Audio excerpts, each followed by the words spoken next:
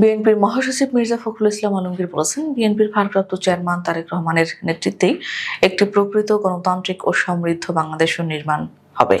আগামী ফেব্রুয়ারির জাতীয় সংসদ নির্বাচনে জনগণ তাদের অধিকার বুঝে নেবে। জনগণের ভোটেই বিএনপি সরকার গঠন করবে।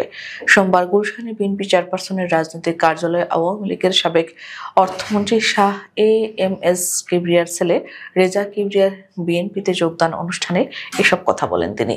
এ সময় মির্জা ফখরুল বলেন, দীর্ঘ লড়াই সংগ্রাম আন্দোলন শেষে আমাদের সামনে সুযোগ এসেছে একটি সুখী সমৃদ্ধ গণতান্ত্রিক বাংলাদেশ বিনির্মাণ করার। এই সুযোগ কোনোভাবে হাতছাড়া করা যাবে না। বর্তমান সরকার ফেব্রুয়ারিতে নির্বাচনের পূর্ণ প্রস্তুতি নিচ্ছে।